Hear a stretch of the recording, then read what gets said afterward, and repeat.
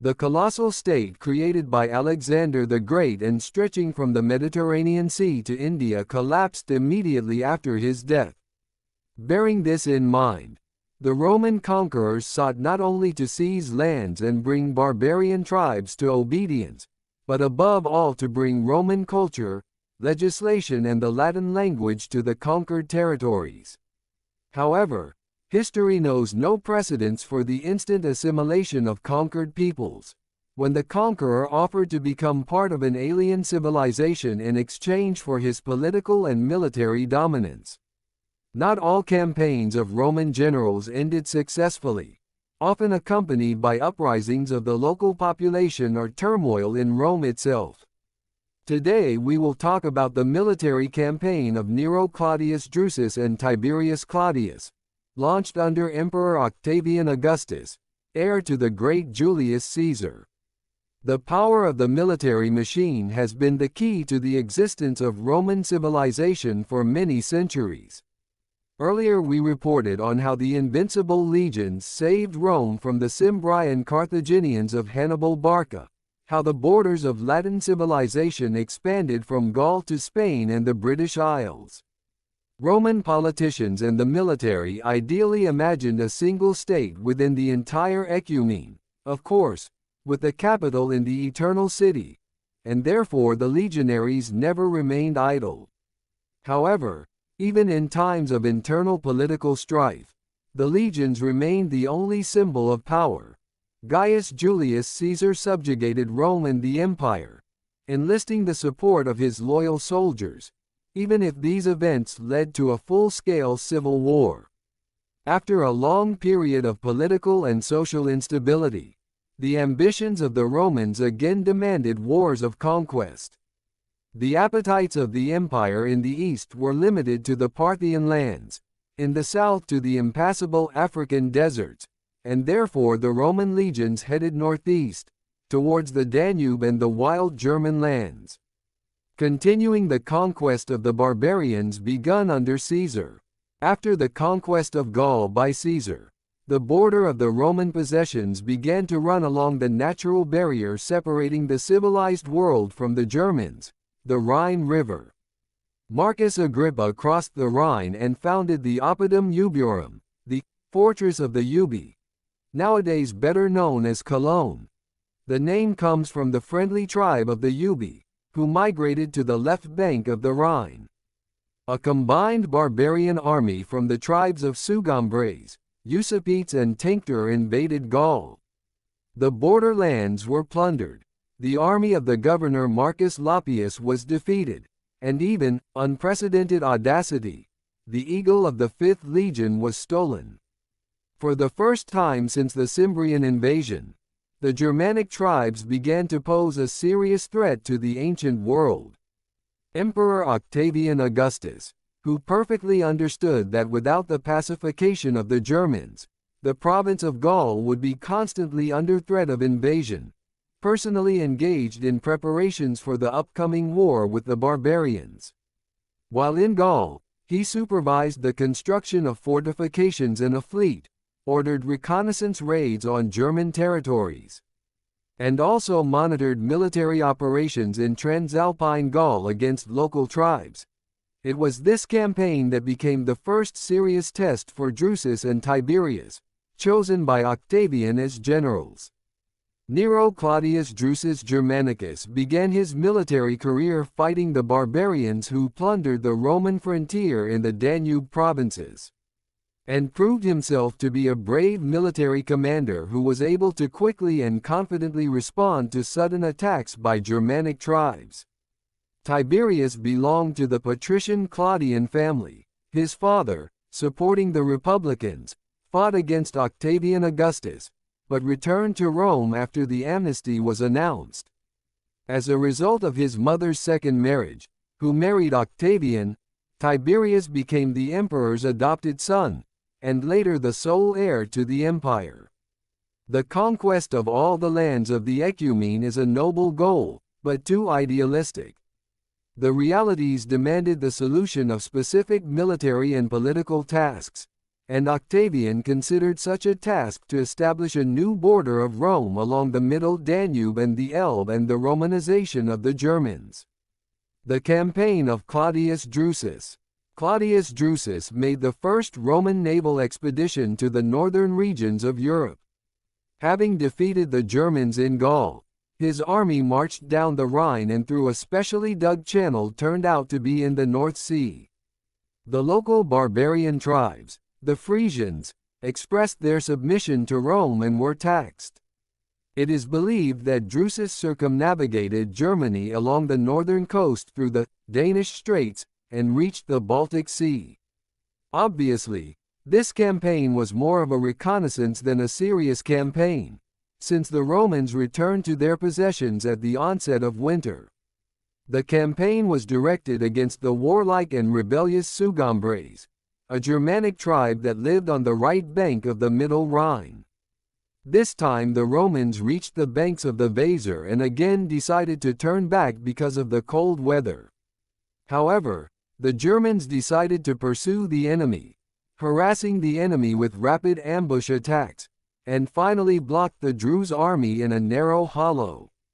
Then the Roman commander justified the hopes placed on him by the emperor. The rapid regrouping of the army allowed Drusus to throw back the barbarians with minimal losses.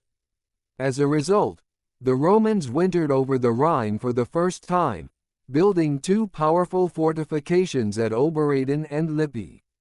For this expedition, Drusus was awarded a triumph. Soon the tribes of the Cherusci, Suevi and Sugambri joined forces to invade Gaul. In order to prevent the ruin of the flourishing Roman province, Drusus struck a preemptive blow, ruthlessly exterminating some tribes and subjugating others. The Romans managed to take control of the right bank of the Rhine, despite the serious resistance of the barbarians. At the same time, the second commander and half-brother of Drusus, Tiberius, was instructed to leave Gaul and suppress the uprising in Dalmatia. Any major war led to unrest in the provinces. The successful conquests of German lands revealed Drusus' generalship talent. Octavian pinned political hopes on him. Seeing in Drusus an heir, he was supported and loved by legionaries. But for many rulers of Rome, coming to power began with military achievements. Unfortunately, history has judged otherwise. The Romans attacked the Germanic tribes, driving them east. The legions crossed the Weser and reached the Elbe, where, by the will of fate, Drusus ended his campaign by falling from his horse and seriously injuring his leg. The commander died before reaching the Rhine, presumably from gangrene. From the following year, Tiberius continued operations against the barbarians in Germany. Tiberius campaign. The stepson of Octavian Augustus set himself the task of gaining a foothold between the Rhine and the Elbe, subjugating the local tribes. Going further east was too risky. There was a great danger of being cut off from Rome with an unprotected rear. Meanwhile, the Roman authorities of the border provinces resettled 40,000 German barbarians on the left bank of the Rhine, and the leaders of the rebellious Sugambres were deprived of freedom and exiled under supervision to the Gallic cities. The Romans fortified outposts along the Weser line, marking a new border. For his successes, Tiberius was awarded a triumph and received a second consulate.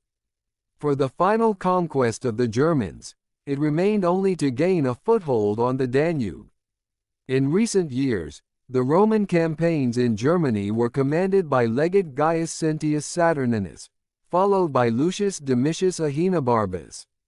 They paved a military road in the marshes of the Rhine and Ems, settled the Hermunter tribe on the lands of the Marcomanni. These few years have shown Rome that any lull and suspension of expansion can play into the hands of the enemy. The Germans launched a serious uprising, which was called by contemporaries a huge war. The Romans were able to hold their positions in Germany, but they were clearly not ready to continue the offensive.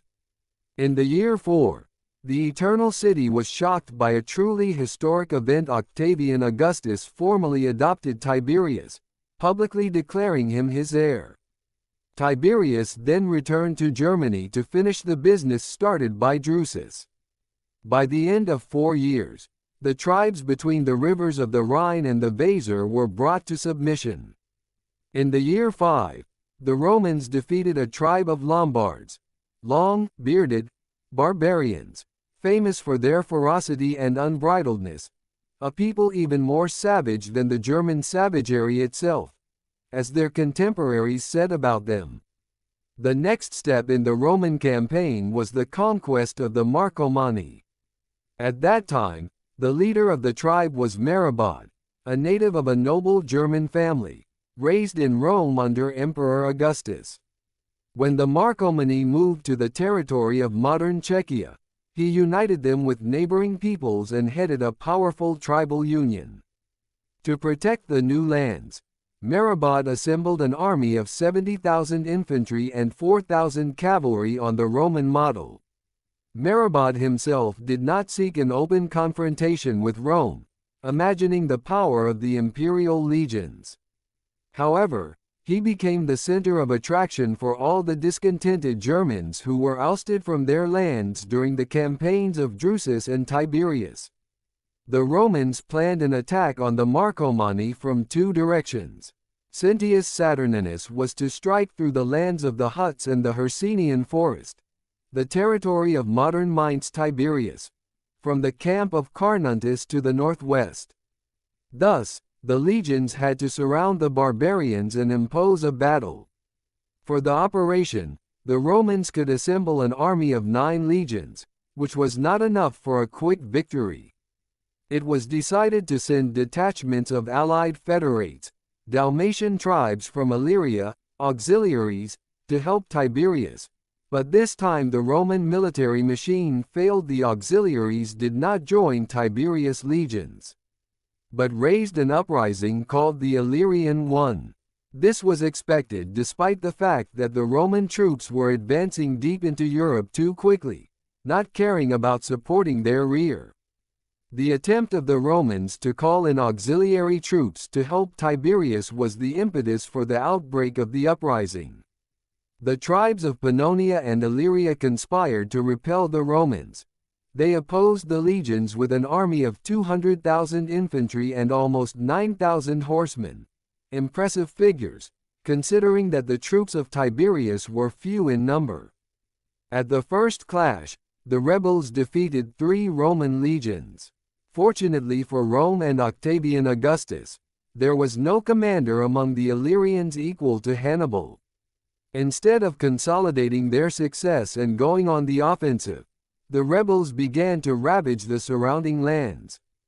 To counter the new danger, Tiberius made peace with Meribod, who was initially targeted, and in 6 he launched an offensive against the rebel forces. By the year 7, Octavian Augustus announced a large-scale mobilization to replenish the legions. Free Romans and freedmen fell under forced conscription, and a special tax on the sale of slaves was introduced for the maintenance of the army. Such drastic measures allowed Rome to assemble an army, albeit temporarily unprepared for serious combat operations. Having led and trained a new army of 10 legions, Tiberius set out to suppress the uprising.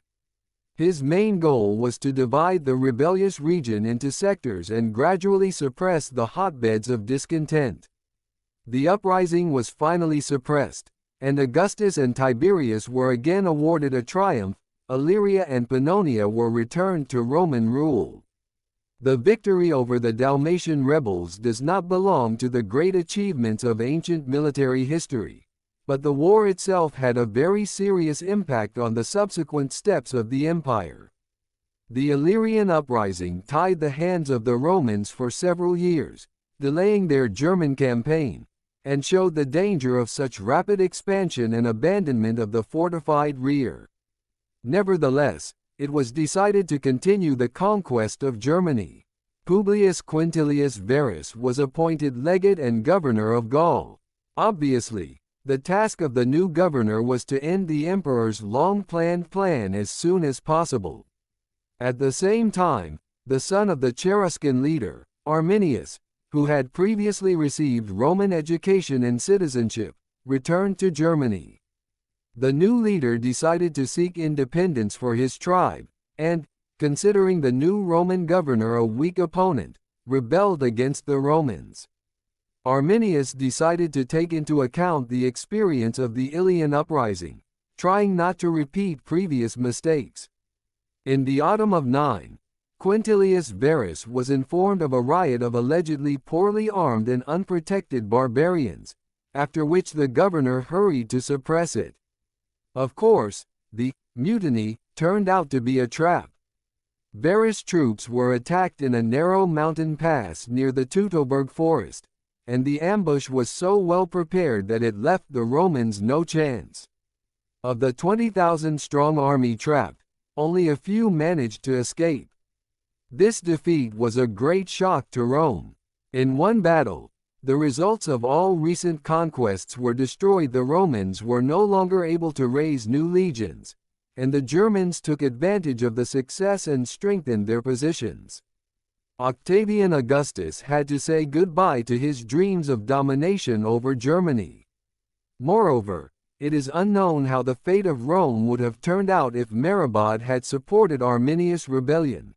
The Eternal City remained virtually unprotected. Nevertheless, Octavian announced another military draft in Rome, which caused even greater popular indignation. 8 new legions were formed from freedmen, which demonstrated the extreme depletion of mobilization resources and the general weakening of the Roman military machine. For 2 years, Tiberius and his troops crossed the Rhine more to demonstrate strength and intimidation than with serious intentions to establish a Roman peace in the spaces from Gaul to the Elbe. The endless ocean of forests and swamps inhabited by warlike Germans proved too much for the Iron Legions. The empire was torn apart by internal contradictions. Riots and uprisings were constantly rising in the provinces.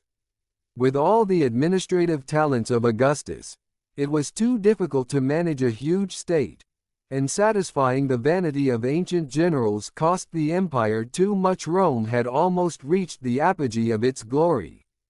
But in the catastrophe of the German policy of the empire, the first notes were heard indicating the inevitable fall of Rome. It was the Germans who, a few centuries later, would put an end to the history of the greatest state in the Mediterranean.